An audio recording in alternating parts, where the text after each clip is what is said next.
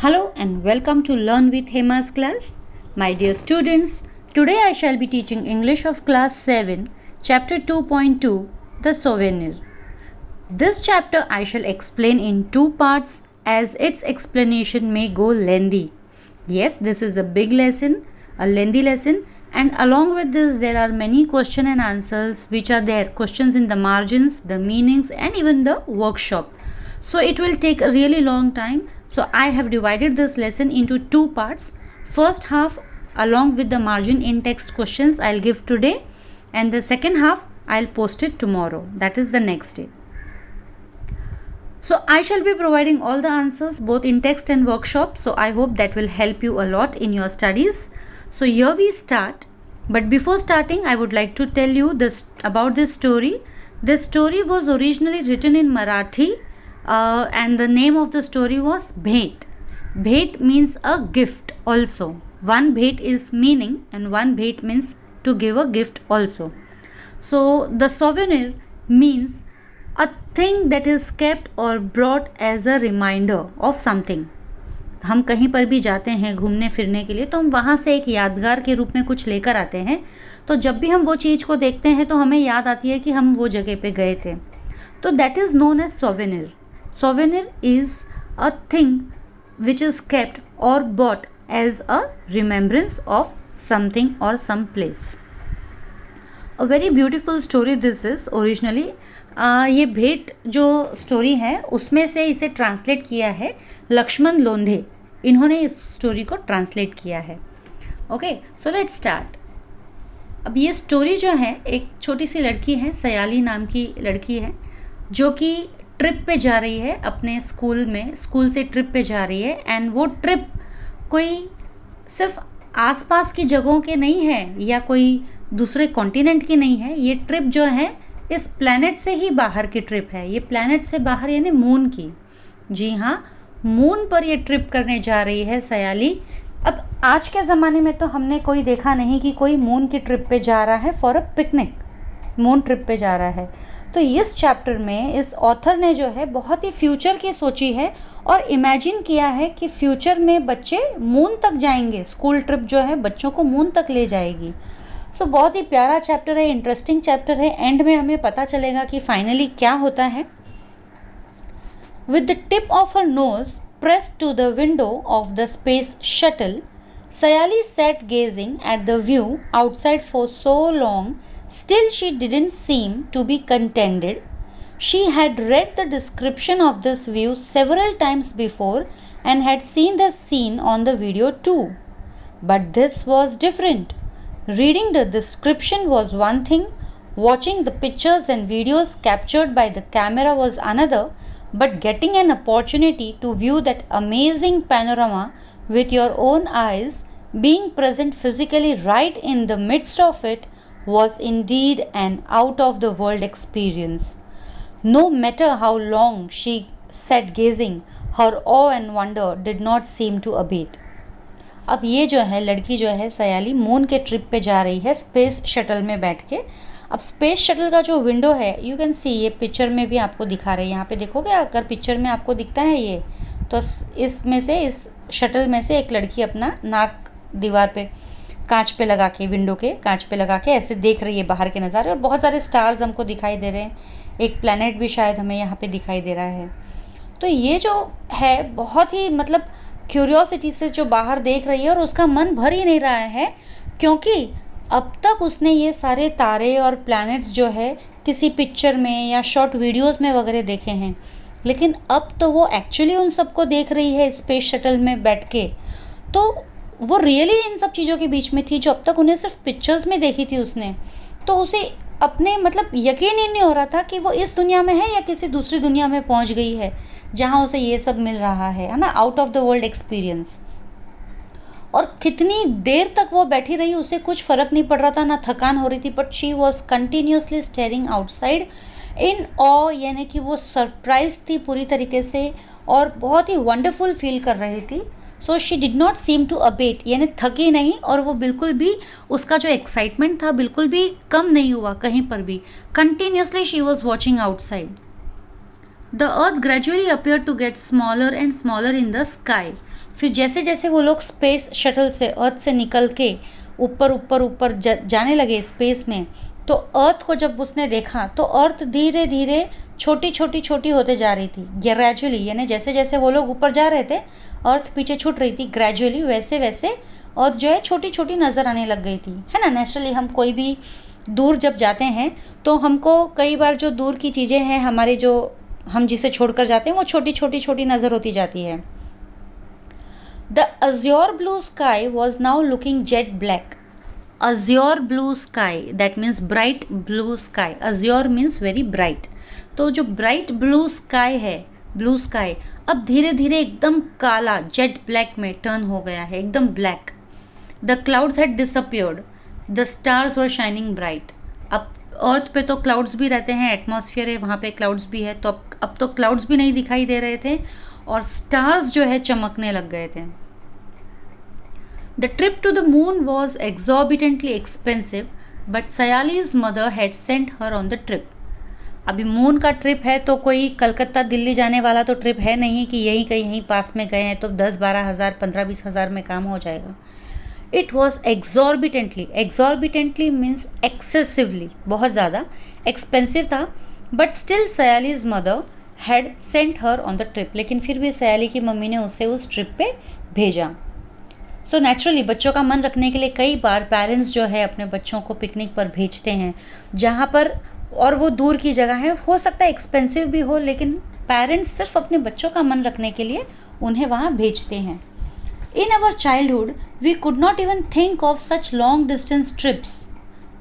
The longest trip meant going to Europe. If you are getting this opportunity, make the most of it, said mummy. तो उसकी mummy ने क्या कहा उसे कि जब मैं छोटी थी तो हम लोग ज़्यादा से ज़्यादा हमारा लॉन्गेस्ट ट्रिप मतलब हम यूरोप तक जाते थे, उससे ज़्यादा लंबा तो हम गए ही नहीं कॉन्टिनेंट अर्थ पे। तो लेकिन जब तुम्हें अपॉर्चुनिटी मिल रही है तो तुम उसे मिस मत करो, यू गो। तो मम्मी ने ये कहा और इसीलिए मम्मी रेडी हो गई, बिकॉज ऐसी अपॉर्चुनिटी वापस जल्दी से नहीं आती है। Oh mummy, Neha's grandmother was saying that in their childhood the longest trip for school children used to be only up to Delhi और Kolkata. It seems so funny, isn't it? Said Sayali laughing. Remembering the incident made her laugh even now. तो वो तो अपने mummy से खुश थी, ओ mummy, लेकिन उसको याद आया कि उसकी फ्रेंड है नेहा, उसकी ग्रैंडमदर ने उसे क्या कहा था। उसकी ग्रैंडमदर ने कहा था कि जब वो लोग छोटे थे, यानी उसकी नेहा की ग्रैंडमदर जब छोटी थी तो उन लोग के स्कूल की ट्रिप जो है ज़्यादा से ज़्यादा या तो दिल्ली या कोलकाता जाती थी, उससे ज़्यादा लंबे तो वो लोग गए ही नहीं। तो ये बात सोचकर उसे हंसी आ रही थी, क्योंकि वो जो है मून पर जाने वाली थी और वो लोग कहाँ तक गए थे, दिल्ली या कोलकाता तक। Now the shuttle was getting closer and closer to the moon. अब ये जो शटल है, shuttle is the vehicle through which they are going to the moon. तो ये जो शटल है अब धीरे धीरे मून के एकदम पास आने लग गया था, यानी अर्थ से निकल के मून पर पहुँच गया था। Then it started orbiting the moon, और फिर धीरे धीरे मून को राउंड चक्कर लगाने लग गए। In every 32 minutes the shuttle completed one revolution round the moon. Her 32 minutes में एक राउंड कंप्लीट कर रहा था मून को shuttle. Light and darkness followed each other in quick succession.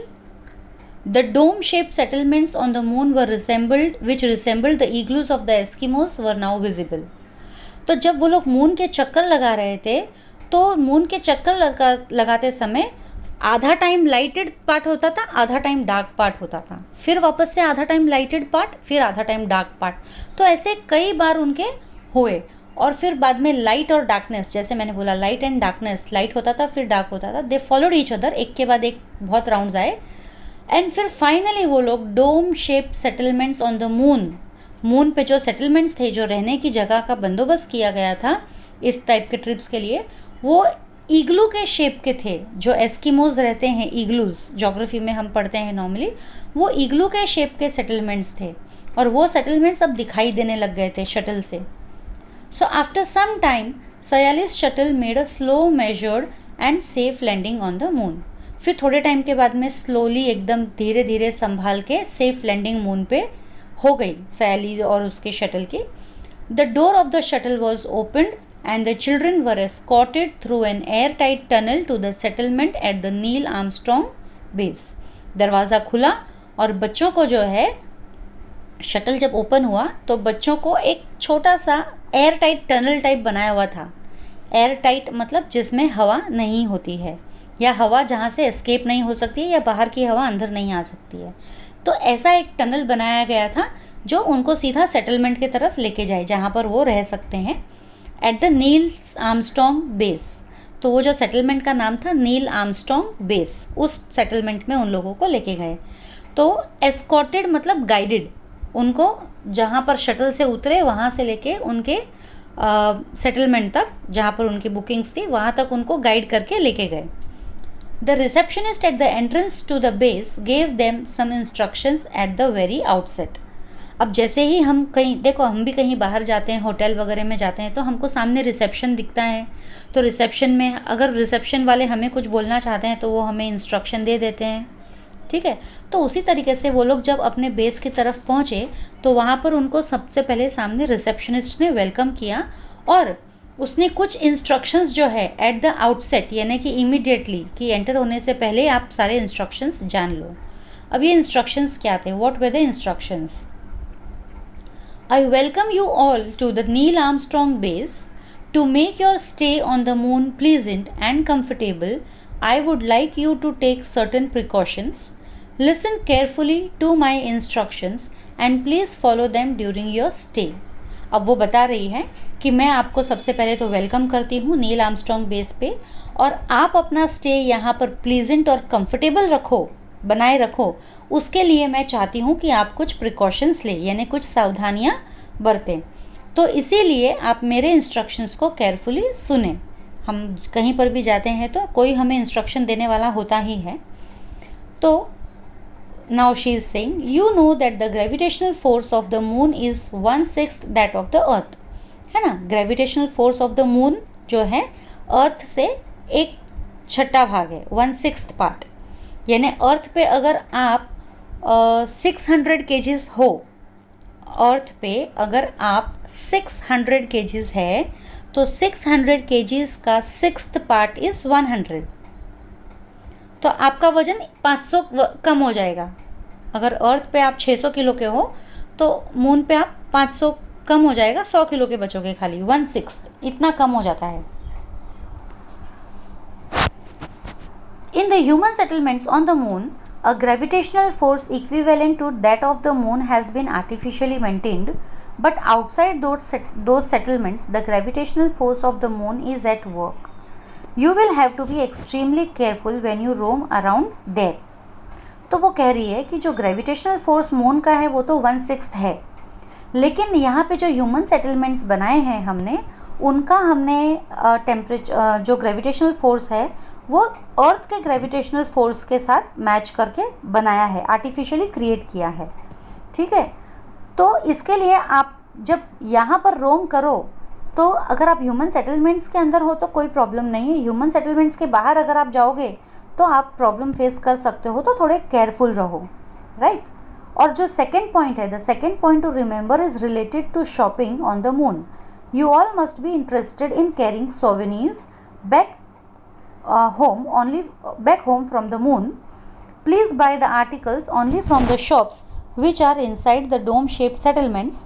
There you will be assured of genuine articles. Do not buy anything from the unauthorized shops outside the settlement. I wish you a very happy and pleasant stay on the moon.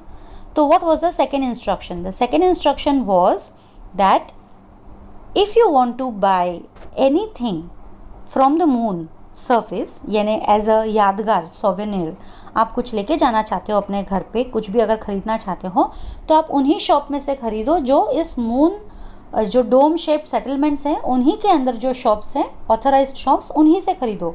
Dome shaped settlement के बाहर से अगर आप ख़रीदोगे तो वो आपको सही quality की चीज़ नहीं मिलेगी. सो purchase, do your shopping only from the authorised shops inside the settlement. तो 2 इंस्ट्रक्शंस था. First instruction was to when you roam outside the dome shaped settlements you have to be careful, क्योंकि वहाँ पर जो gravitational force है वो moon का है. सेटलमेंट्स के अंदर अर्थ का ग्रेविटेशनल फोर्स काम कर रहा है, सेटलमेंट्स के बाहर जो है मून का ग्रेविटेशनल फोर्स है। तो वाइल वॉकिंग बी केयरफुल। और सेकेंड इंस्ट्रक्शन था while shopping purchase only from authorised shops in the dome shape settlement and not from outside that. ठीक है, so these were the two main instructions and I wish you a very happy and pleasant stay on the moon. तो वो तो कोई भी आपको welcome करेंगे तो वो इसी तरह के आपको बोलेंगे कि आई wish you a very happy and pleasant stay. So now अभी इन लोगों का ट्रिप जो था 3 days का था। A jam packed 3 days program awaited the children on the moon. Jam packed मतलब पूरा स्केड्यूल उनका बना हुआ था। The entire schedule was prepared that first day what they are going to do, what second day and what third day. So, a jam-packed 3 days program awaited the children on the moon. According to the Earth's calculations, on the moon there were 15 days of daylight and 15 days of night time. तो अगर अर्थ का calculations करे, अर्थ से calculations करे तो moon पे normally 15 days जो है उजाला रहता है और 15 डेज जो है अंधेरा रहता है। अभी आपको ध्यान आएगा, मैंने स्टार्टिंग में जब हम पढ़ रहे थे कि जब अर्थ मून की तरफ, मून को जब चक्कर काट रही थी, ये स्पेस शटल उनकी मून को जब चक्कर काट रही थी तो लाइट डार्क सक्सेशन में हो रहा था, लाइटनेस डार्कनेस। तो लाइटनेस इसलिए क्योंकि वो सन का रेज जब उस पर गिरता है या सन की तरफ फेस करता है तो लाइट होता है, और सन के पीछे की तरफ आता है जब सन को फेस नहीं करता है तो डार्क हो जाता है। तो according to the earth's calculation on the moon there were 15 days of daylight, यानी कि 15 days जो है उजाला रहता है अर्थ के एटमॉस्फेयर, अर्थ के सरफेस पे, और 15 days जो है अंधेरा रहता है, नाइट टाइम। तो ये जो 3 days प्रोग्राम ये लोग आए हैं, ये नाइट टाइम वाले पार्ट में आए हैं। The 3 days of the trip were going to be part of the night time on the moon. One of the most important programs of the first day was Sky Watch. तो अब first day का जो programme था तो उनमें से सबसे important programme था, पहला वाला, वो था स्काई वॉच, यानी आसमान को देखना। अभी अर्थ से भी हम आसमान को देखते हैं, from the earth also we see the sky, but earth से जब हम देखते तो कई बार बादल आ जाते हैं बीच में, राइट, और कई बार एटमॉस्फेयर रहता है, फॉगीनेस रहता है, स्मोक रहता है, तो बहुत सारी चीज़ें रहती है, पोल्यूटेड एटमॉस्फेयर, तो क्लियरली हमको स्काई नहीं दिखता है। क्लियरली हमको स्काई देखना रहता तो हम विलेजेस वगैरह जाते हैं या कोई रिमोट एरियाज़ में जाते हैं जहाँ पर पोल्यूशन कम हो, तो वहाँ से हम स्काई देख सकते हैं, लेकिन नॉर्मली अर्थ से एकदम क्लियर स्काई हमें नहीं दिखाई देता है। So on the earth it was usually foggy and the stars were seen rarely and only very faintly, है ना। अर्थ पे एटमॉस्फेयर फॉगी होता था और स्टार्स भी बहुत फेंटली या रेयरली कभी दिखते थे। And there was no atmosphere on the moon. अभी यहाँ से मून से जो वो लोग स्काई वॉच करने वाले हैं, मून पे तो कोई एटमॉस्फेयर ही नहीं है। So on the dark background, क्योंकि कोई एटमॉस्फेयर नहीं है और रात के पार्ट में ये लोग आए हैं, नाइट टाइम में आए हैं यहाँ पे ट्रिप में, तो जो डार्क बैकग्राउंड है of the moon sky, the stars shone dazzling bright, इतने ब्राइटली स्टार्स जो है शाइन कर रहे थे। The most attractive view was that of the disc of the earth, और जो अट्रैक्टिव व्यू था यहाँ का वो था disc of the earth, earth का डिस्क, यानी जो सर्कुलर पार्ट जो दिखता है अर्थ का एक साइड से, वो बहुत ही इंटरेस्टिंग लग रहा था, बहुत ही अट्रैक्टिव लग रहा था। अभी इसी बात पर मुझे एक बात याद आई है राकेश शर्मा की। यू नो राकेश शर्मा जो ट्रैवल कर रहे थे स्पेस में, अपने इंडियन के एस्ट्रोनॉट है, इंडियन साइंटिस्ट, स्पेस साइंटिस्ट। जब वो स्पेस से एक बार ट्रैवल कर रहे थे तो उन्होंने स्पेस में से जब अर्थ को देखा और बाकी सारे प्लैनेट्स को देखा तो उन्होंने ये गाना गाया था, सारे जहाँ से अच्छा हिंदुस्तान हमारा, है ना। तो वो चीज़ मुझे याद आ रही है कि अर्थ कैसा दिखता है from moon, and it was lovely. The most attractive view was that of the disc of the earth and in the moon sky. हम लोग अर्थ से स्काई को देखते तो इन द अर्थ स्काई, अब हम मून से स्काई को देख रहे हैं तो इन the moon sky the earth looked 13 times bigger than the moon. अभी मून हमको कितना छोटा सा दिखता है ना, यहाँ से हम मून को देखते हैं तो अर्थ से, ठीक है। वही अगर हम जब मून पे जाके अर्थ को देखेंगे तो अर्थ हमको 13 times बिगर दिखता है, जो मून अपने को दिखता है यहाँ से अर्थ से, उसका 13 times बिगर वो दिखता है। And the earth light fell on the moon, और जो अर्थ का लाइट है, अर्थ से जो लाइट है वो मून पे आ रही है। So this beautiful enchanting view made Sayali and her friends aesthetic. तो ये जो ब्यूटीफुल और एन्चेंटिंग व्यू है, इससे सयाली और उसके फ्रेंड्स जो है बहुत ही ज़्यादा मतलब मग्न हो गए हैं, खुश हो गए हैं, या बहुत ज़्यादा खुश हैं, या ऐसे समझ लो एक्सट्रीमली हैप्पी। दे फेल अस्लीप फीलिंग हैप्पी, और ऐसे ही खुश होते होते वे सो गए, excited and comfortable all at the same time. और वो खुश हो गए थे, इतने इतने एक्साइटेड हो गए थे, और सब कुछ एक साथ में, खुश भी थे, एक्साइटेड भी थे, है ना, और कंफर्टेबल भी थे, मतलब उन्हें अब कोई तकलीफ़ नहीं हो रही थी। तो अब मैं आ रही हूँ हमारे क्वेश्चन आंसर्स के लिए। जो इतना पार्ट जो मैंने कराया है उसी का मैं क्वेश्चन आंसर्स कराने वाली हूँ, ठीक है। तो अब जो है मैंने हाफ लिया है, अभी यहाँ तक मैंने जो कराया है उतने का ही मैं आपको क्वेश्चन आंसर्स भी कराऊंगी। तो ये फर्स्ट जो है ये तो मैंने मिक्स दे दिया है सबको, बट इसमें टेक्सचुअल क्वेश्चंस भी हैं जो इन टेक्स्ट है वो भी है। Do as directed, guess the meaning of the word exorbitantly from the extract and write the smaller and related that you see within the given word.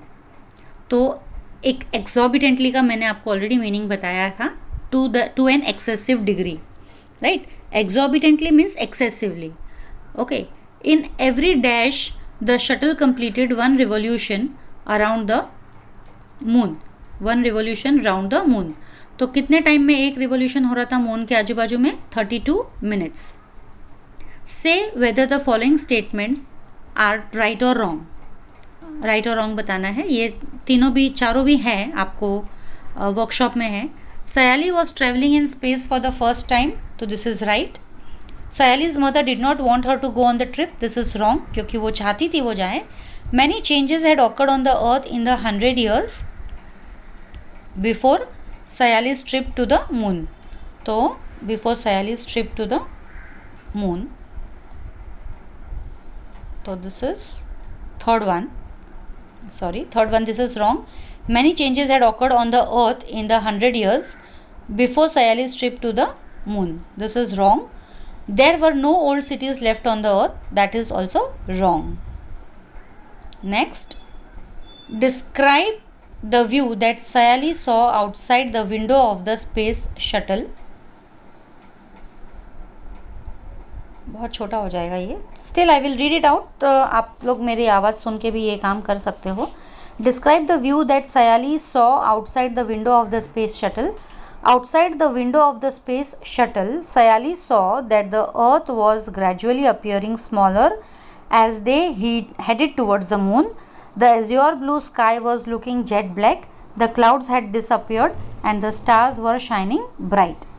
Well this is not a textual question, ये आपके इन text में भी नहीं है, workshop में भी नहीं है, but the second question is there, in what time periods is the story taking place. तो आप इतना ही लिख सकते हो, the story is taking place in the future, this much is enough for the answer. आप आगे का नहीं लिखोगे तो भी चलेगा। Where does Sayali live? Sayali lives on the earth, ये तो बहुत सिंपल था, Sayali lives on the earth. अब ये दूसरा है, guess the meaning of the following words.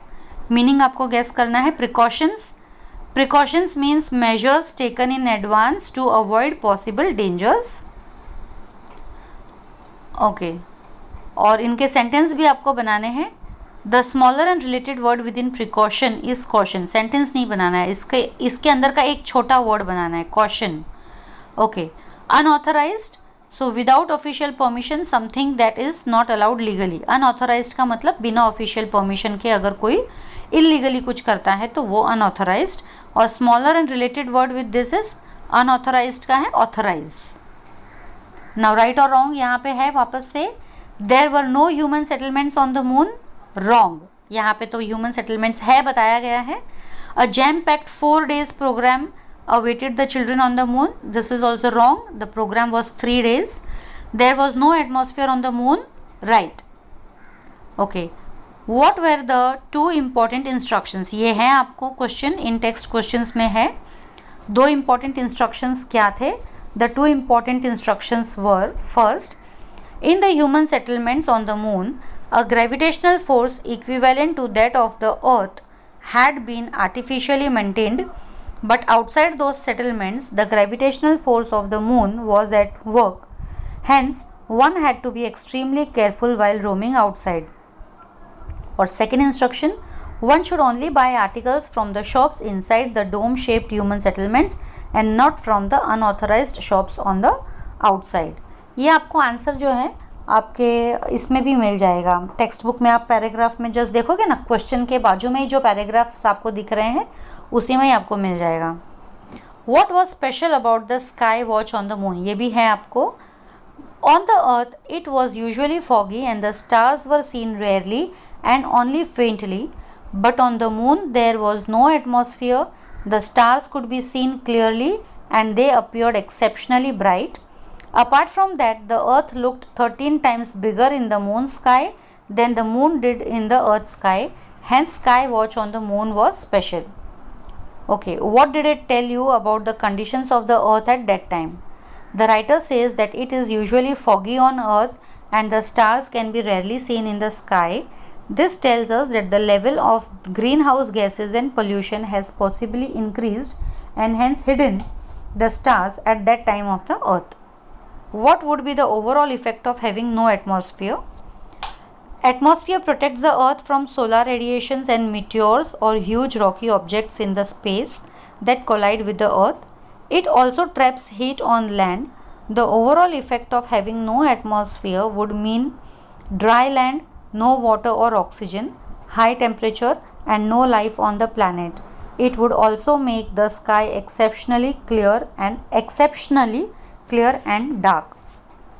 So this is all about the chapter that I have done today over here, and I hope this was useful to you. The next part immediately I will be doing it, and next day I'll post it tomorrow itself. So till I post the next chapter, stay safe, stay secure. Thank you.